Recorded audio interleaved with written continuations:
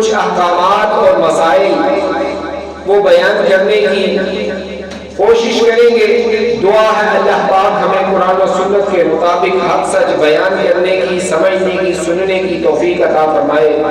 اللہ رب العالمین کا بڑا ہی یہ کرم ہے کہ ماہ رمضان وہ شروع ہو چکا ہے اور ایک مرتبہ پھر ہماری زندگی میں، ہمارے نصیب میں یہ آیا ہے۔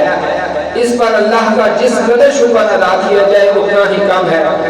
اللہ رب العالمین نے اس مہینے میں کئی ایک فضیلتیں، برکتیں، رحمتیں وہ اس ماہ مکرم کے اندر، ماہ مقدس کے اندر، رمضان المبارک کے اندر رکھی ہوئی ہیں کہ جس کا اگر ہم صحیح معنوں کے اندر اندازہ کر لیں تو پھر ہم اس ماہ رمضان کی فیوز و برکات کو بہتر طریقے سے سمیٹ سکیں اور اس کو ضائع ہونے سے ہم بچا لیں۔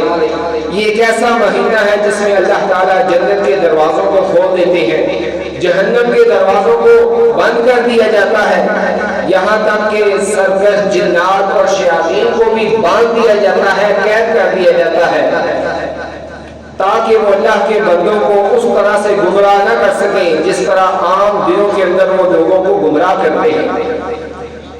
بڑی آسانی پیدا کرتی ہے۔ اب بندہ مومن کی اپنی ہمت ہے کہ وہ کس طریقے سے اپنے آپ کو راہ راست پر چلاتا ہے، نیک صالح اعمال کے اندر کرتے ہوئے وہ ڈٹ جاتا ہے اور اپنے آپ کو سیدھے راستے پر چلائے رکھنے کی کوشش میں وہ کامیاب ہوتا رہتا ہے۔ یہ ایک ایسا مہینہ ہے کہ اللہ تعالیٰ اس مہینے میں سب سے زیادہ اپنے بندوں کو جہنم سے آزادی کا انعام دیتے ہیں۔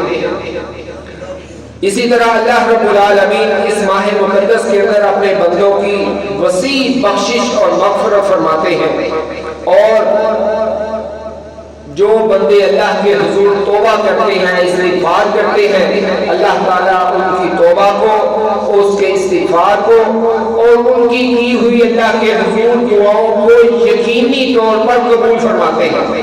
یہ اس مہینے کے اندر یہ برکت، یہ فضل، یہ کرم رکھا گیا ہے۔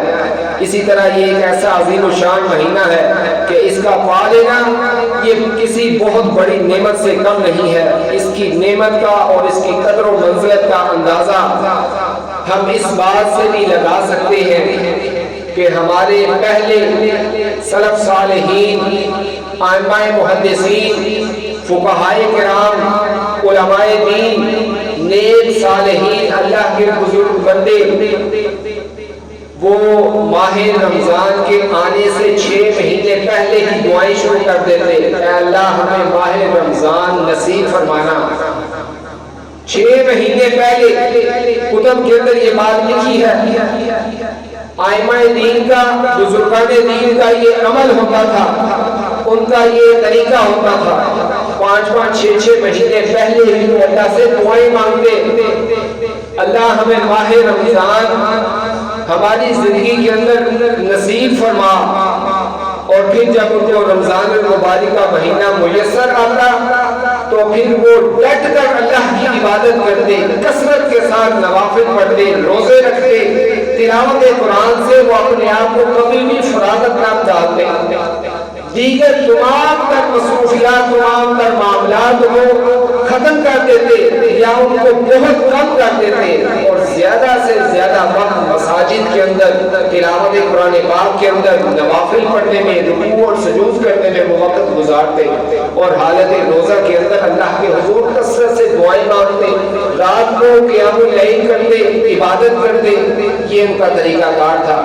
آج کے ہمارے معاشرے کے اندر وہ ماحول ہی بدل گیا، اب تو وہ باتیں ہی نہیں رہی۔ محدثین علماء دین فرماتے ہیں کہ جب ماہ رمضان ہم پا لیتے تو پھر اس کے بعد اگلے 4، 5 یا 6 مہینے پھر ہم یہ دعا کرتے رہتے کہ اللہ جو ہم نے عبادتیں کی تھی، ماہ رمضان تو نے ہمیں نصیب فرمایا، تیرے فضل سے، تیری توفیق سے ہمیں ملا، اس کے اندر ہم نے جو دعائیں کی، جو عبادتیں کی، جو نوافل پڑھے، جو عبادت کی، یا اللہ اس کو قبول بھی فرما۔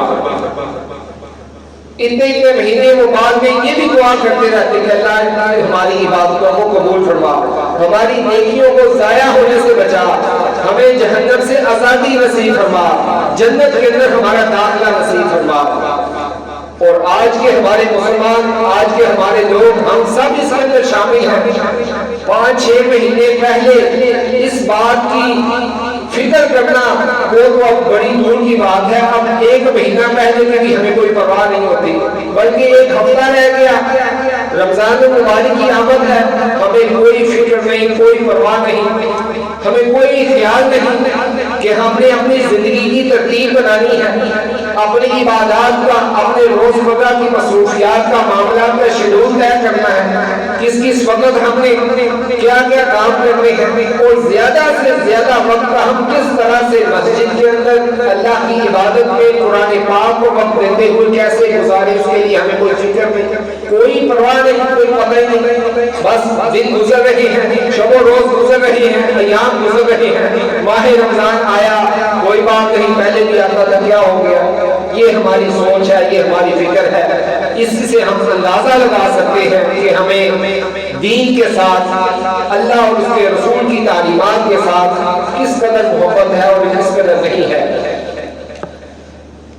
حضرت طلحہ بن عبید اللہ رضی اللہ تعالیٰ عنہ بیان کرتے ہیں، نبی پاک صلی اللہ علیہ وسلم کی خدمت میں 2 آدمی آئے، انہوں نے آ کر اسلام قبول کیا۔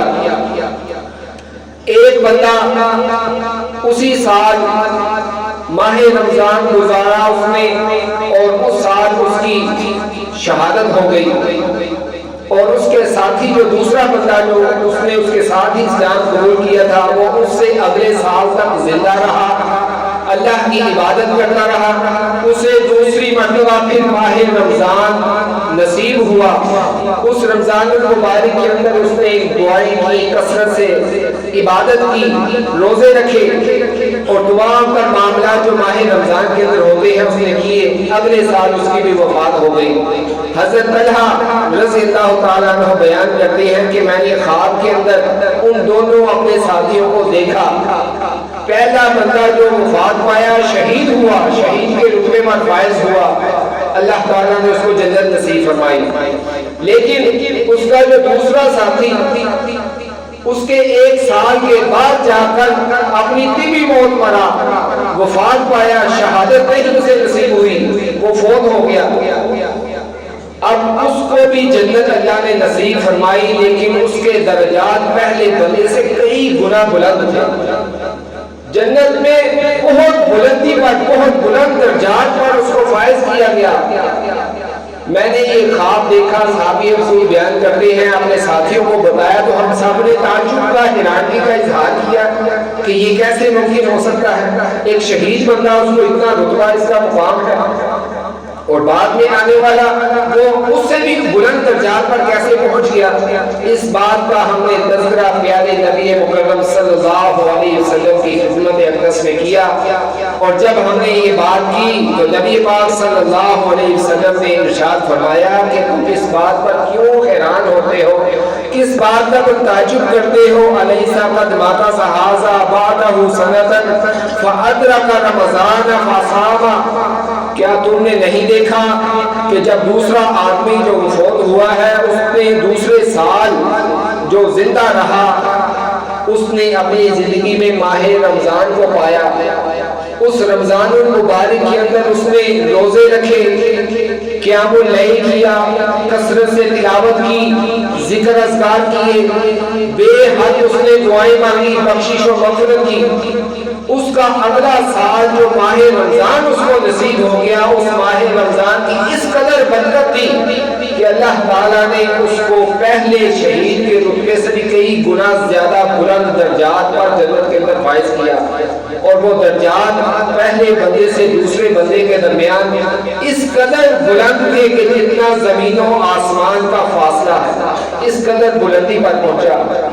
اس حدیث مبارکہ سے ہمیں سمجھ آتی ہے رمضان المبارک کی قدر اور اس کی فضیلت کی، کہ اس کا پا لینا کس قدر نعمت کا اور نصیب کا باعث ہے۔ ہمیں چاہیے کہ ہم ماہ رمضان کے اندر کثرت سے عبادت کریں اور اس کو ضائع ہونے سے ہم بچائیں۔ کتنے ہی ہمارے دوست، احباب، عزیز، رشتہ دار وہ پچھلے رمضان میں تو ہمارے ساتھ موجود تھے، کئی ہمارے ایسے ملنے والے ساتھی احباب رشتہ داروں میں بھی، لیکن وہ اس رمضان کو ہمارے ساتھ نہیں ہے۔ انہوں نے ماہ رمضان گزارا، جس قدر اللہ نے توفیق دی اللہ کو پیارے ہو گئے۔ اب ہماری زندگی میں اللہ رب العالمین نے ہمیں ماہ رمضان نصیب فرمایا ہے، تو اس رمضان کے مہینے کی ہم قدر کریں، کثرت سے ہم عبادت کریں۔ رمضان المبارک کے یہ فرض روزے ہیں، ان روزوں کو ہم قطعی طور پر کسی بھی حالت میں کسی بھی صورت میں ضائع ہونے سے بچائیں، اپنے اندر غفلت سستی کاہلی کو نکالیں۔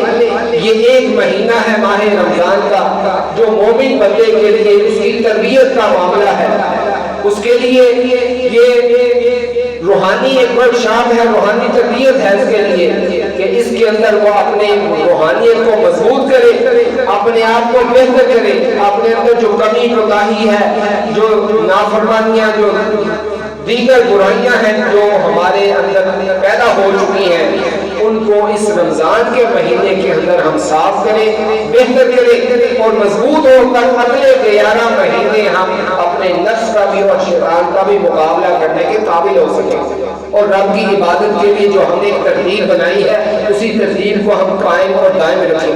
یہ اصل مقصد ہے۔ یہی وجہ ہے کہ ماہ رمضان کا مہینہ جب شروع ہوتا تو نبی پاک صلی اللہ علیہ وسلم صحابہ کرام کو خوشی سے بتاتے، مسرت سے بتاتے، اور خوشی کی لہر دوڑ جاتی اور بتاتے نبی پاک صلی اللہ علیہ وسلم اتاکم رمضان شہر مبارک فرض اللہ عز و جل علیکم صیامہ، دیکھو تمہارے پاس رمضان مبارک آ چکا ہے، اور یہ بڑا بابرکت مبارک مہینہ ہے۔ اس مہینے میں اللہ عز و جل نے تم پر روزے فرض کیے ہیں، تفتح فیہ ابواب الجنہ وتغلق فیہ ابواب الجحیم۔ اس ماہ رمضان میں اللہ تعالیٰ جنت کے دروازوں کو کھول دیتا ہے، جہنم کے دروازوں کو بند کر دیتا ہے۔ مطلب کیا ہے اس بات کا؟ جنت کے دروازے کھول دینے کا مطلب یہ ہے کہ ہمارے لیے دین کے کام آسان ہو جاتے ہیں، نیکی کرنا ہمارے لیے آسان ہو جاتا ہے، اور ہمارے لیے جنت کے اندر راستہ وہ ہموار ہو جاتا ہے، صاف ہو جاتا ہے۔ اور جہنم کے دروازوں کو بند کرنے کا مطلب یہی ہے کہ جو برائیاں، جو برے معاملات دیگر مہینوں میں ہمارے ساتھ پیش آتے ہیں، شیطان کی طرف سے حملہ آور ہوتے ہیں، وسوسے اور برے خیالات پیدا ہوتے ہیں، ان میں کافی حد تک ماہ رمضان کے اندر وہ کنٹرول ہو جاتا ہے۔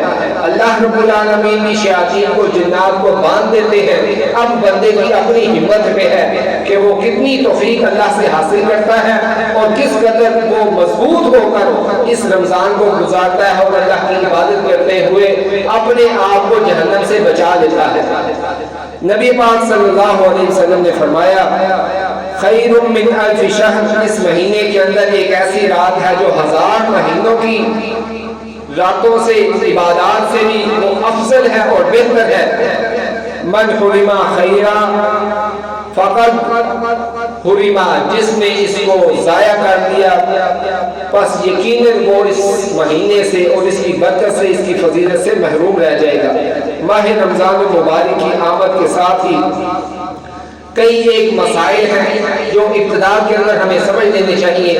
سب سے پہلی بات یہ ہے کہ رمضان المبارک کے اندر ہمیں زیادہ سے زیادہ اپنی پچھلی زندگی کے کیے ہوئے گناہوں کی معافی مانگنی چاہیے، اور یہ توفیق اللہ پاک نے ہمیں دی ہے رمضان کے مہینے میں ہم اپنے آپ کو بخشوا لیں، اور اس بات کا یقین ہے رب العالمین کی طرف سے، اور نبی پاک صلی اللہ علیہ وسلم نے فرمایا جو بندہ اس مہینے میں محنت کرتا ہے اور دعائیں کرتا ہے، استغفار کرتا ہے، یقینی طور پر اس کی دعائیں بھی قبول ہوتی ہیں اور اس کی توبہ بھی قبول ہوتی ہے، اور اس کو اس کے گناہوں سے بخش بھی دیا جاتا ہے۔ نبی پاک صلی اللہ علیہ وسلم کی ان فرامین کی روشنی میں ہمیں محنت کرنی چاہیے، کوشش کرنی چاہیے۔ سب سے پہلی بات یہ ہے ماہ رمضان کے مسائل کے حوالے سے جو آج کا ہمارے خطبہ جمعہ کا موضوع ہے، گفتگو کرنی ہے۔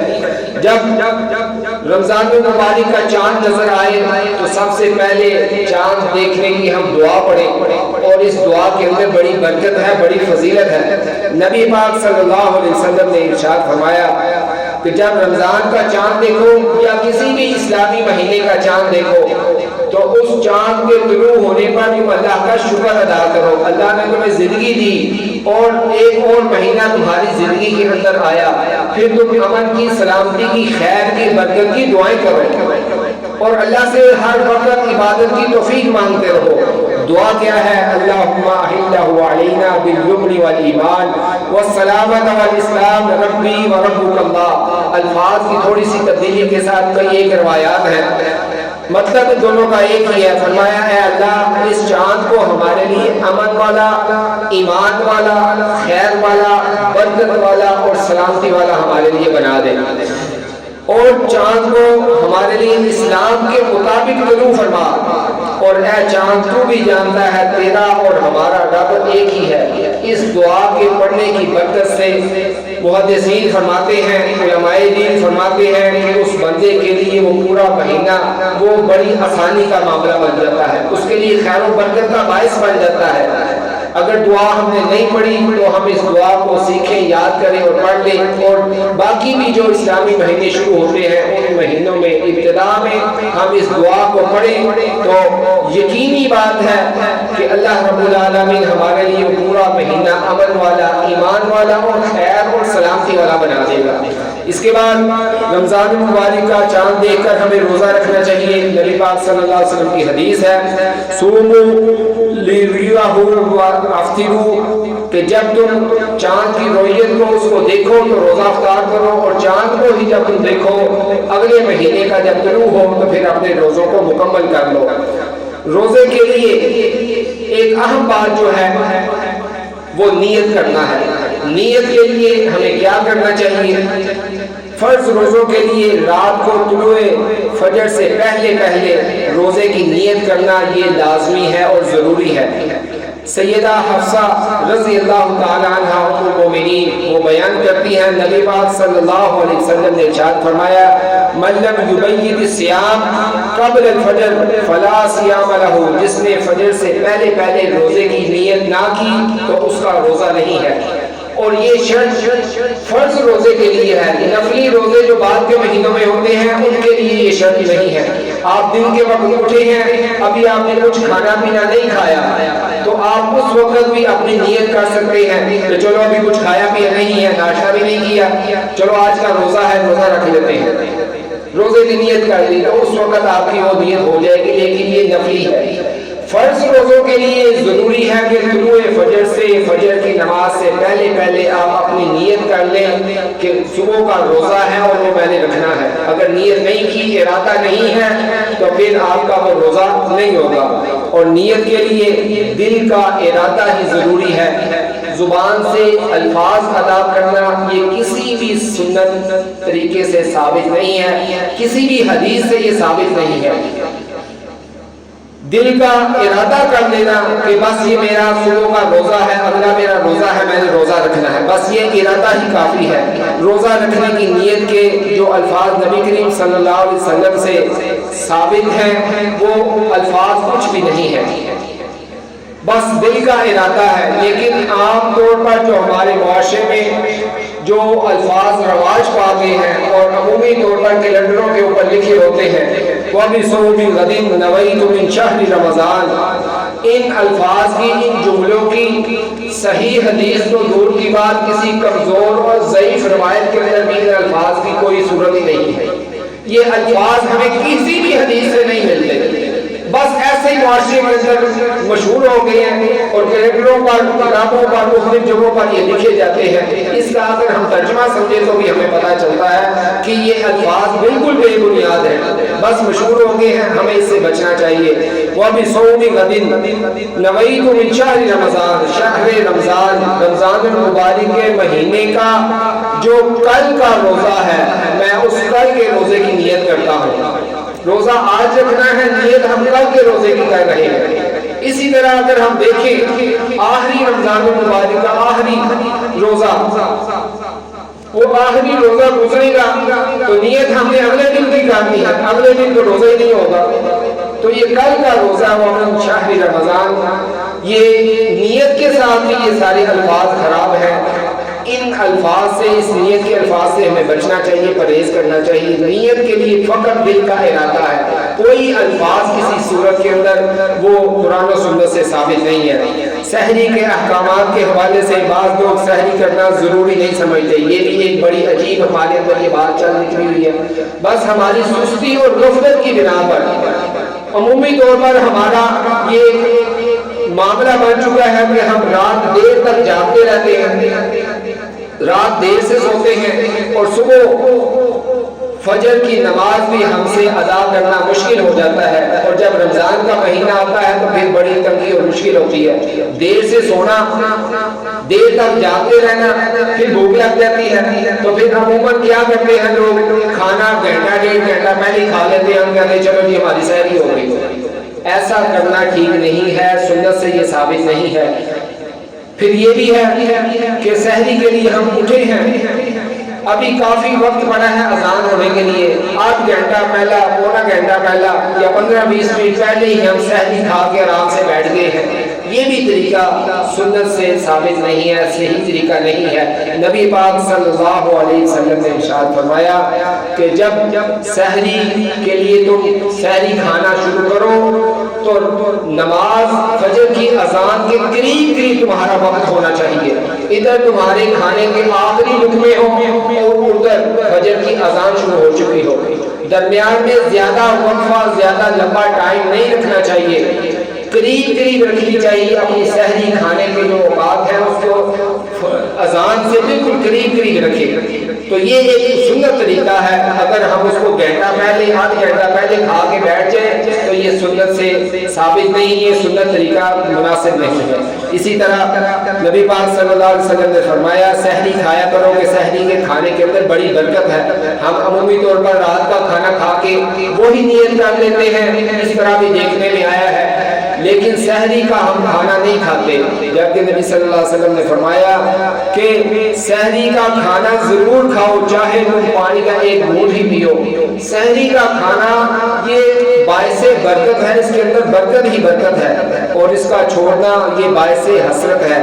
اسی طرح نبی پاک صلی اللہ علیہ وسلم نے فرمایا کہ سحری کا کھانا وہ تخیل سے کھانا وہ بہتر عمل ہے اور افضل عمل ہے۔ اسی طرح نبی پاک صلی اللہ علیہ وسلم نے یہ بھی فرمایا کہ سحری کے دوران اکثر یہ ہوتا ہے کہ جب انسان بیدار ہوتا ہے، سحری کا وقت ہو چکا ہے اور انسان حالت جنابت کے اندر چلا گیا ہے، ہم بستی کے حوالے سے یا پھر انسان احترام کی صورت کے اندر وہ جنبی ہو گیا ہے، فرض روزہ وقت بڑا تھوڑا ہے، سحری کا وقت آ چکا ہے، اذان اب قریب ہے، تو اب کیا کرنا چاہیے؟ نبی پاک صلی اللہ علیہ وسلم نے ارشاد فرمایا کہ جب ایسا موقع بن جائے تو پھر آپ باوضو ہو کر پہلے سحری آپ کھا لیں، سحری کھانے کے بعد پھر آپ آرام سے غسل فرمائیں، غسل کریں، اپنے آپ کو پاک صاف اور مطہر کریں، اور پھر بعد میں نماز اگر آپ کی تخیر سے ہو رہی ہے تو کوئی حرج نہیں، نماز آپ بعد میں بھی ادا کر سکتے ہیں، لیکن سحری کا وقت گزرنے سے اور اس کو ضائع ہونے سے بچانا چاہیے۔ اس صورت میں آپ فوری طور پر باوضو ہوں، وضو کریں اور اپنی سحری کو کھا لیں۔ سحری کھانے کے بعد آپ آرام سے غسل فرمائیں، نہا دھو کر کپڑے پہنیں اور پھر بعد میں اپنی نماز ادا کر لیں۔ اسی طرح نبی پاک صلی اللہ علیہ وسلم نے ارشاد فرمایا جب رات آئے اور دن چلا جائے اور سورج غروب ہو جائے تو پھر اپنا روزہ افطار کر لو۔ سیدنا سہل بن سعد رضی اللہ تعالیٰ عنہ بیان فرماتے ہیں لوگ جب تک افطار کرنے میں جلدی کریں گے تو وہ خیر کے اندر، بہتری کے اندر رہیں گے۔ رات سحری کھانے کے بعد جب افطاری کرنی ہے تو اس وقت میں عموماً یہ بات ہمارے سامنے آتی ہے، ہم دیکھتے ہیں کہ افطاری کا وقت ہم دیر سے افطاری کرتے ہیں، ارد گرد اذانیں ہو رہی ہیں لیکن ہم یہ سمجھتے ہیں کہ نہیں یہ ہماری مسجد کی اذان نہیں ہے، جب ہماری مسجد کی اذان ہوگی تو ہم پھر افطار کریں گے۔ یہ طریقہ غلط ہے، سنت سے یہ سنت کے مطابق نہیں ہے۔ جب بھی اذان کی آواز آپ پر آئے، کہیں سے بھی اذان ہوئی ہے، غروب آفتاب ہو چکا ہے، یقین ہو چکا ہے، تو پھر جلدی کریں افطاری کرنے کے اندر۔ جو تاخیر کرتے ہیں، دیر کرتے ہیں، یہ وہ اپنے آپ کو ویسے ہی تسلیاں دیتے ہیں، نہیں ذرا 2 منٹ ٹھہر جائیے، ذرا اپنی ادب کی مسجد کی اذان ہو لے، ذرا 3 منٹ ٹھہر جائے ذرا. یہ طریقہ غلط ہے، سنت سے یہ ثابت نہیں ہے، سنت کے خلاف ہے. ہمیں ان چیزوں کا خیال رکھنا چاہیے. اور اسی طرح نبی پاک صلی اللہ علیہ وسلم نے ارشاد فرمایا نماز مغرب کے وقت جب آپ روزہ افطار کریں تو تازہ کھجوروں سے ہمیں افطاری کرنی چاہیے. اگر تازہ کھجور نہ ملے تو پرانی کھجور اس سے ہی ہم روزہ افطار کر دیں. وہ چھوارے وغیرہ اگر آپ کے پاس ہے تو ان سے آپ افطار کریں. بہتر عمل یہی ہے. اگر وہ بھی نہیں ہے تو پھر سادہ پانی اس کے ساتھ آپ اپنا روزہ افطار کریں. باقی اللہ پاک کی کتنی نعمتیں ہیں جو ہمارے دسترخوان پر موجود ہوتی ہیں، ان کو ہم بعد میں بھی کھا سکتے ہیں، وہ کہیں نہیں جانے والی. لیکن سنت کے مطابق جو طریقے ہیں ان کو اپنانے کی کوشش کرنی چاہیے. سب سے پہلا بہتر طریقہ یہی ہے کہ آپ تازہ کھجور سے اپنے روزہ افطار کریں. اگر وہ نہیں ہے تو پھر سادہ پانی لیں، پانی کے ساتھ آپ اپنا روزہ افطار کریں. اس کے اندر طبی فوائد بھی بہت زیادہ ہے. آپ ایک دم سے وہ ٹھنڈے مشروبات پینا شروع کر دیں گے اور تلی ہوئی چیزیں کھائیں گے تو آپ کا معدہ ہی خراب ہوگا اور آپ کی طبیعت کے اندر خرابی پیدا ہوگی. ان باتوں سے ہمیں بچنا چاہیے. افطاری کے وقت کی دعا کے حوالے سے بھی حضرت عبداللہ بن عمر رضی اللہ تعالیٰ عنہ بیان فرماتے ہیں نبی صلی اللہ علیہ وسلم نے فرمایا ذهب الظمأ وابتلت العروق وثبت الاجر انشاءاللہ کہ پیاس میری بجھ گئی اور میری خشک رگیں جو تھی وہ تر ہو گئی، اور اگر اللہ نے چاہا تو میرا اس روزے کا اجر جو ہے وہ بھی ثابت ہو جائے گا. یہ دعا ہے ذهب الظمأ وابتلت العروق وثبت الاجر انشاءاللہ. دعا کو یاد کریں، دیکھیں اور اس کو یاد کر کے اس دعا کو افطاری کے بعد پڑھا کریں. روزے کے لیے چند ایک باتیں اور ہیں. حالت جنابت میں سحری کھا لینا اور بعد میں غسل کرنا یہ نبی صلی اللہ علیہ وسلم سے ثابت ہے. اسی طرح روزے کی حالت کے اندر مسواک کرنا یہ بھی جائز ہے، سنت ہے، لیکن کچھ احتیاط کرنی چاہیے کہ خلق کے اندر مسواک کا یا جو ہم ٹوتھ پیسٹ کر رہے ہیں دانتوں کو صاف کرنے کے لیے اس کا ذائقہ خلق کے اندر نہ جائے. احتیاط کے ساتھ ہم کر سکتے ہیں. اسی طرح نبی صلی اللہ علیہ وسلم سے یہ بھی حدیث ملتی ہے، ثابت ہے کہ جب ہم وضو کریں عام طور پر یہ ہے کہ ناک کے اندر اچھی طرح پانی چڑھائیں اور گلے کو اچھی طرح صاف کریں، لیکن روزے کی حالت میں اس میں تھوڑی احتیاط کرنی چاہیے. ناک کے اندر زیادہ پانی نہ چڑھائیں اور گلے کے اندر بھی زیادہ پانی نہ لے کر جائیں. ممکن ہے کہ ہم اس کو برداشت نہ کر سکیں اور پانی خلق سے نیچے اتر جائے. اسی طرح خواتین کے لیے یہ بات جو اکثر ہمیں گھروں میں دیکھنے میں آتی ہے، کھانا بنایا ہے، ہنڈیا کو چکھنا ہے، نمک اور مرچ وغیرہ کا ذائقہ وغیرہ دیکھنا ہے، اس کے حوالے سے بھی یہ اجازت ہے کہ آپ کھانے کا ذائقہ چکھیں اور محسوس ہو جاتا ہے کہ نمک مرچ کس قدر ہے، کس لحاظ سے ہے. تھوڑا سا زبان پہ رکھ کے ٹیسٹ آ جاتا ہے، ذائقہ پتہ چل جاتا ہے، فوراً یا پھر اس کو تھوک دیں. اس قدر بھی اجازت ہے. اگر خواتین ہمارے گھروں میں اس حوالے سے مشکل کے اندر ہیں تو اس قدر اجازت ہے، وہ کر سکتی ہے.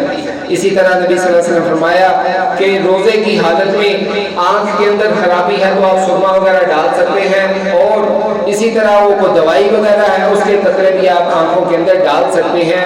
اور محدثین نے اس میں ہمیں یہ اجازت فرمائی ہے، اس طرح کرنے میں کوئی حرج نہیں ہے.